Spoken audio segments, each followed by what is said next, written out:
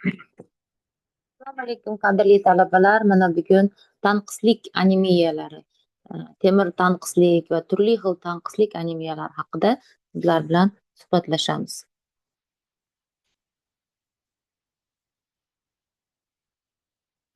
Tanqislikning kislorod kuryerlari bilan tanishamiz. Ya'ni tanamizda kislorod kuryerlari nima qiladi?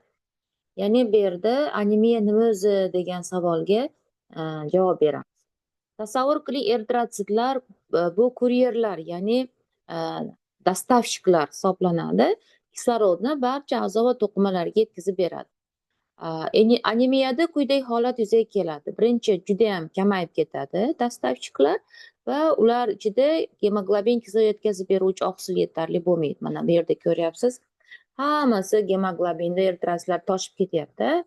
Bu yerda bo'lsa ozligidan ular charchayapti va bularga yetarli oqsilni gemoglobin tashib bera olmaganidan anemiya hosil bo'lyapti.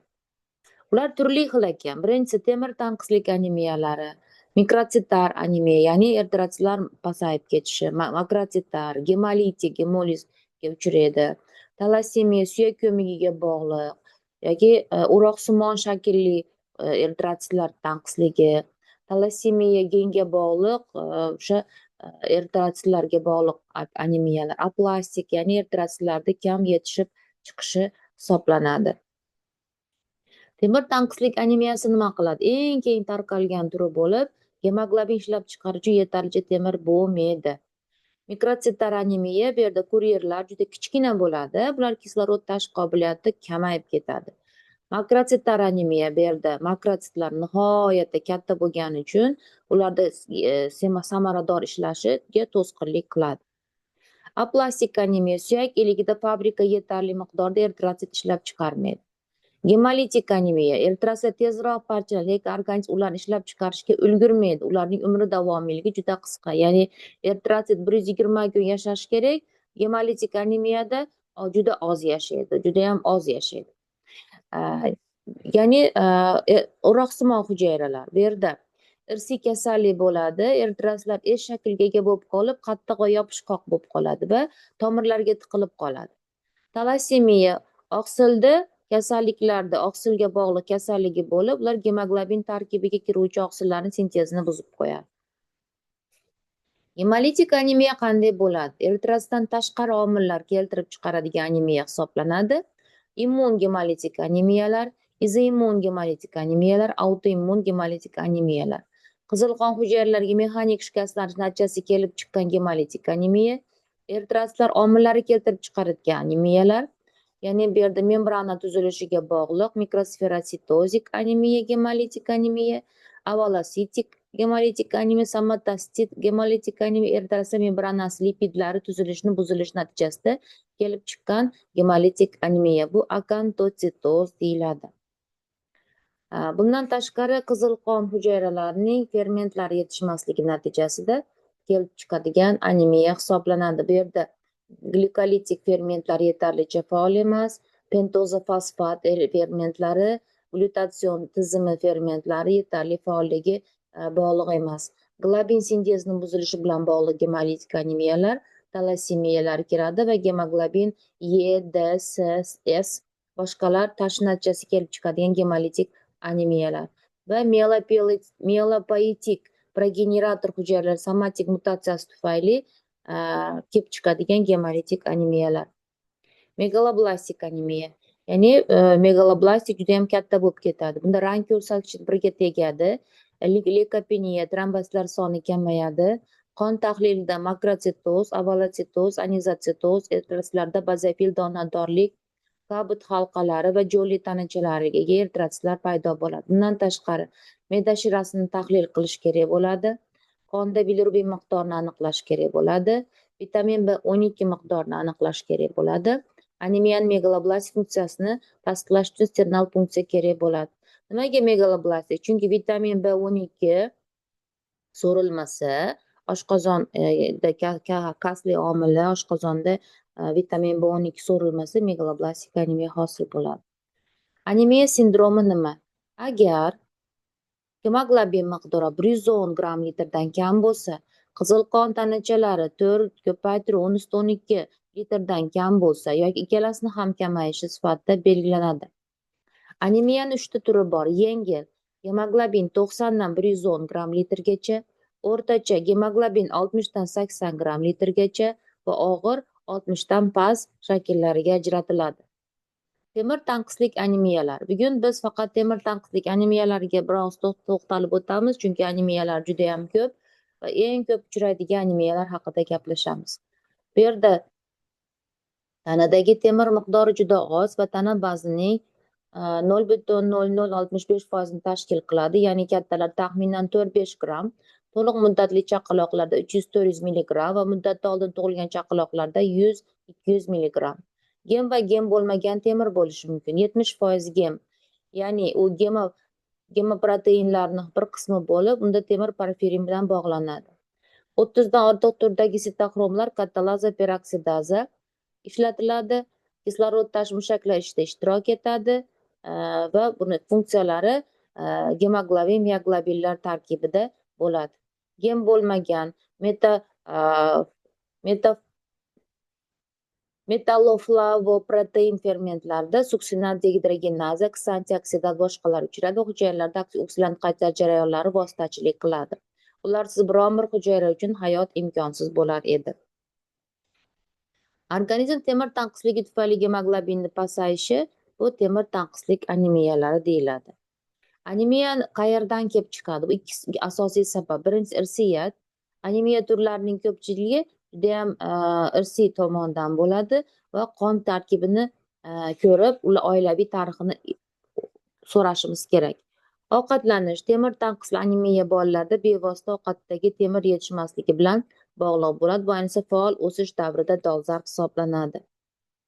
Bachadon platsenta qon aylanishining buzilishi, platsenta yetishmovchiligi, bu yerda homilada kam qon bo'lishining sabablariga toksikozlar, homiladorlikning muddatdan keyingi homiladorlik, gipoksik sindrom, somatik va yuqumli kasalliklar onada va ko'p homiladorlik, homila transfuzion sindromi, bachadon ichidagi melena, ya'ni bachadon ichida bola axlat yuboradi. Bachadon ichidagi melena bu menimcha qon ketishi, axlat qon ketishi, muddatdan oldin tug'ilish, ko'p homiladorlik, homilador ayolda chuqur va uzoq muddatli temir tanqisligi. Intranatal sabablar: homila platsentar buzilishlari, kindikni muddatdan oldin bog'lash, ya'ni tug'ilishdagi sabablar deyapti. Travmatik akusherlik aralashuvlar yoki yo'ldosh va kindik tomirlarini rivojlanish anomaliyalari. Tug'ruqdan keyingi sabablar: ovqatda temirni yetarli darajada qabul qilinmasligi, tez o'sish sur'atlari va bolalarda temirga bo'lgan ehtiyojning ortishi, turli etiologiyali qon ketishlar, pubertat va prepubertat davrida gormonal nomutanosiblik. Tashxisni qanday qo'yamiz? Birinchi o'rinda anamnez yig'amiz, kasallik tarixini so'raymiz, umumiy qon tahlili, barcha turdagi qon hujayralari eritrosit sonini hisoblash, norma bilan solishtirish. Farzandni yoshiga mos normal qiymatlar bilan solishtirish orqali qo'yiladi. Terini oqarishi, ya'ni beta klinikasi, kognitiv rivojlanishdagi muammolar, xotiraning pasayishi, charchash, burunning bitishi, yo'tal, asabiylashish, jismoniy rivojlanishdagi muammolar, ich ketish, qusish. Qanday savollar beramiz? Birinchi o'rinda bola go'sht iste'mol qiladimi? Bola juda ko'p sut ichadimi? Yaqinda qon ketish bo'lganmi? Yaqinda kasallik bilan og'riganmi? Bola dori vositalarini qabul qilyaptimi? Bolaning ko'zlari sarg'ayib ko'rinmayaptimi? Oldin oilada anemiya, sariqlik, o'tdosh kasalliklar yoki taloqni olib tashlash tarixi bormi? Bola yoki uning aka-ukalari, tog'alari tug'ilganda sariqlik bo'lib, fototerapiya yoki almashinuvchi qon quyish talab etilganmi? Bola muddatdan oldin tug'ilganmi? Agar shunday bo'lsa, qanchalik erta kabi savollar beriladi. Demak, anemiya sindromi klinikasida qanday bo'ladi? Birinchi o'rinda terida shilliq pardalarni oqarishi va ishtahani yo'qolishi, zaiflik, yurak qon tomiri kasalligi, bosh aylanishi, yurak to'llarining pasayishi, yurak auskultasi sistalik shovqin. Sideropenik sindrom, to'qima temir tanqisligi tufayli temirga bog'liq temir tutgan fermerda yetishmasligi tufayli oksidlanish, qaytarish jarayonlari bostirish natijasida yuzaga keladi. Teri, tirnoq, sochlarda o'zgarishlar, quruq teri, barmoq va oyoq barmoqlari uchlarida yoriqlar, mo'rt sochlar, ba'zan soch to'kilishi, tirnoqlar xira, ingichka, yassillangan, qoshiqsimon tirnoqlar paydo bo'ladi. Ta'm va hid ishtahani buzilishi. Bolani har xil hidlarni hidlagisi, kraskani hidini hidlagisi keladi. Yoki tuz yegisi keladi, xom go'sht yegisi keladi, yoki temirlarni yalagisi keladi, qog'oz yeydi. Bunda hissiy sohani susayishi va aqliy motor rivojlanishi kechikishi. O'yin vaziyatlarida reaksiyani sekinlashishi, bola charchab qoladi. Ko'p ko'z yosh to'kadi, yig'laydi, negativizm, yomon kayfiyat, past qon bosimi, akademik ko'rsatkichlarning pasayishi, bolani o'qishi pasayib ketadi. Bundan tashqari, ovqatni yutishda qiyinchilik bo'ladi. Og'iz bo'shlig'ida quruqlik bo'ladi. Glassit, gingivit, lab burchaklarida stomatitlar, lab burchaklarida turli xil yaralar paydo bo'ladi. Va undan tashqari tili laklangan tilga o'xshab qizarib, tekis bo'lib qoladi. Bemorning tishlari metabolik kasalliklar tufayli kariyesga moyil bo'ladi. Mushak gipotenziyasi siydik chiqarish tizimida o'zgarishlar siydikni uzoq va ushlab tura olmaslikni o'z ichiga oladi. Bu siydik tuta olmaslik yig'lash yoki yo'talish orqali qo'zg'atiladi. Tungi enurez bo'lishi mumkin. Laboratoriyada 110 gram litrdan 6 yilcha 120 gram litr pastga tushishi, qizil qon tanachalarining kamayishi, eritrositlarning o'rtacha gemoglobin miqdorining pasayishi, eritrositlarda gemoglobin o'rtacha konsentratsiyasining pasayishi 32 gram litrgacha, o'rtacha korpuskulyar hajmning pasayishi 80 gacha, eritrositlar anizatsitoz darajasi 13% ga oshadi. Bundan tashqari normada va temir tanqislik anemiyasida gipoxrom anemiya kuzatiladi. Yengillik darajalarini yuqorida aytdik. Bu yerda tashxis qo'yishda biokimyoviy tahlil juda muhim. Zardobdagi temir 14 mikromol litrdan pastga tushmasligi kerak. Transferin temir bilan to'yinganlik foizi 20% dan pastga bo'ladi. Qon zardob umumiy temir bog'lanish qobiliyati 63 mikromol litrdan ortishi mumkin. Zardobda ferritin miqdori 30 nanogram millilitrdan pastga tushadi. Pauza bu. Bolam o'tgan safar o'chib qolganda, nima deyapsan? Nima deyapsan?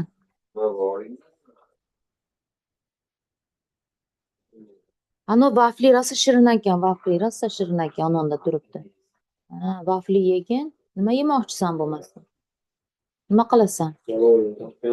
Vafli yaxshi, vafli yeb ketgin. Nima yeysan bo'lmasam? Hali ovqat bor, kechagi ovqat. Kechagi ovqat turibdi. Kishiniging ham turibdi shu yerda 10-ga qo'yga qo'ygan bo'lsanglar kerak, qora xaltada. Bo'ldicha qoldi, tugatib ol, lekin pul beraman senga sumkamda. Sumkamda pul.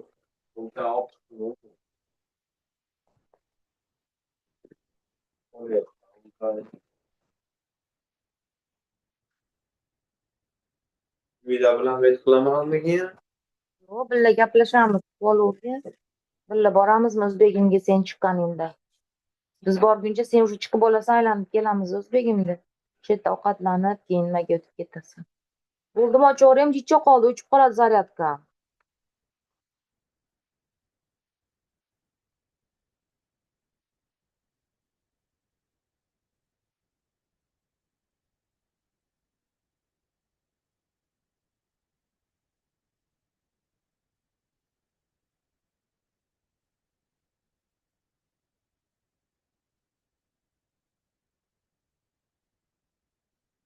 Differensial tashxis qo'yishimizda bu yerda gipoxrom, mikrotsitik anemiya, temir tanqisli anemiya emasligini yodda tutishimiz kerak. Bu anemiyalar guruhida sideroblastik anemiya ham kiradi, talassemiya ham kiradi. Porfiriylar sintezi utilizatsiyasi buzilishi bilan bog'liq anemiyalar bilan qo'rg'osh intoksikasiyasida differensial tashxis qilish kerak. Va yuqumli kasalliklarda biriktirish to'qima tizimli kasalliklardagi anemiya bilan tashxis qilish kerak. Davolash. Emizikli chaqaloqlar uchun avval onaning ovqatlanishini moslashtirish kerak. emizish davrida ona kuniga 40-60 milligram elementlar, temir miqdorida temir qo'shimchalar yoki temir bilan boyitilgan multivitaminlar qabul qilish kerak. Agar sun'iy ovqatlantirganda bolalar temir moddasi bo'lgan moslashtirilgan sut aralashmalari olishlari kerak. Birinchi qo'shimcha ovqatlar albatta temir tuzlariga boy taomlar bo'lishi kerak. Karam, qovoq, kartoshka, sabzi. 6 oydan boshlab go'shtli taomlar ratsionga kiritish kerak. Ratsionda nafaqat temir manbai, balki gem, temirning so'rilishini yaxshilaydigan kislotalar, askorbin, glutamin, piruvatik manbai bo'lgan meva, rezavor meva sharbatlari, pyurelar ham bo'lishi kerak. Katta yoshdagi bolalar uchun ovqatlanishda go'shtli taomlar mavjud bo'lgan gem temirning ovqat hazm qilish tizimiga eng yaxshi so'rilishi yodda tutilishi kerak. Go'sht mahsulotlari, mol go'shti, jigari, mol go'shti, baliq, tovuq go'shti, kurtka go'shti kabi ko'p miqdorda temir bor ovqatlar berish kerak. Dukkakliklar, soya da ayniqsa temir, ukrop, salat bargi, petrushkada esa oxirida esa temir mahsulotlari juda boy bo'ladi. Likopchada kuch, ya'ni temirga boy mahsulotlar, tuxum, bu protein, temirga boylashtirilgan bo'tqa, to'q yashil bargli sabzavotlar, ismaloq, brokoli, dukkakliklar, loviya, mosh. Demak, bu yerda ovqatlardan tashqari dori moddalarini uzoq muddatga berishimiz kerak. Bu yerda 2 guruh dorilar bor: tuzli va tuzsiz, ionli va ionli bo'lmagan temir o'z ichiga olgan dorilar. Demak, birinchisi temir 2 sulfat preparatlari kiradi. Aktiferin, tardiferon, feraplex. Temir 2 xlorid, gemafer. Temir 2 glyukonat, tatema, feronat kiradi. Tuzsiz temir preparatlari guruhiga 3 valentli temirni gidroksid polimaltoza kompleksi bilan hosil qilgan maltafer, maltafer fol, ferumlek va 3 valentli temirni gidroksid saxaroza kompleksi vena yuborishi venafer bilan ifodalanadi. Demak, tuz preparatlari ko'pincha ko'ngil aynishi, nojo'ya ta'siri, epigastral sohada noqulaylik, tish emalining qorayishi kuzatilishi mumkin. Davomiyligi. Temir preparatlar davomiyliligining asosiy kursi anemiya og'irligiga qarab 6 haftadan 10 haftagacha davom etadi. Gemoglobin darajasi barqaror normallashgandan so'ng organizm temir deposini yaratish uchun terapevtik dozaning 2dan 1 qismiga teng dozada temir preparatlarni profilaktik kursi buyuriladi. Profilaktik kurslari yengil anemiya uchun 6-8 hafta, o'rtacha anemiya uchun 8-10 hafta, og'ir anemiya uchun 10-12 hafta bo'ladi. Demak, butun boshli TTA, ya'ni temir tanqislik terapiyasining davomiyligi anemiyaning og'irligiga bog'liq o'rtacha 3-6 oyni tashkil qiladi. Samaradorligi mezonlari, ya'ni bu yerda 7-10 kunlarda retikulatsiyalar inqirozining paydo bo'lishi, retikulatsiyalar sonining boshlang'ich qiymatga nisbatan 10 barobar ko'payishi, 3-4 haftada gemoglobin darajasining ishonchli oshishi, davolash kursi oxiriga kelib klinik laborator parametrlarning to'liq normallashishi. Xavf guruhlari, demak, birinchi yilda noqulay antinatal tarixga ega bo'lgan bolalar, homiladorligi og'ir o'tgan onaning bolalari, ya'ni onaning ekstragenital patologiyasi bo'lgan bo'lsa, muddatdan oldin tug'ilgan bolalar, ko'p homiladorlikdan tug'ilgan bolalar, masalan, egizak bolalar, sun'iy ovqat bilan ovqatlantirilayotgan bolalar yoki vegetarian yoki sutli parhez, go'sht mahsulotlaridan xoli bo'lgan. Ba'zi bolalar go'sht yemaydi. Shunday bolalarda ham anemiya hosil bo'lishi mumkin. Vazn va bo'y o'sishi yuqori bo'lgan katta bolalar, ya'ni pubertat davrida birdaniga o'sib ketgan bolalarda ham anemiya kuzatiladi. Maxsus profilaktika, ya'ni 2 oylikdan 2 yil davomida temir qo'shimchalari buyuriladi. Anemiya xavfi yuqori bo'lgan bolalarda 2 oylikdan boshlab beramiz va 4-6 oylik temizlikli chaqaloqlar uchun 12-18 oylikgacha mikroelementlarga boy ovqatlar 6 oydan keyin profilaktika maqsadida temir qo'shimchalari kuniga 1-2 milligram kilogramm dozada qabul qilish tavsiya etiladi.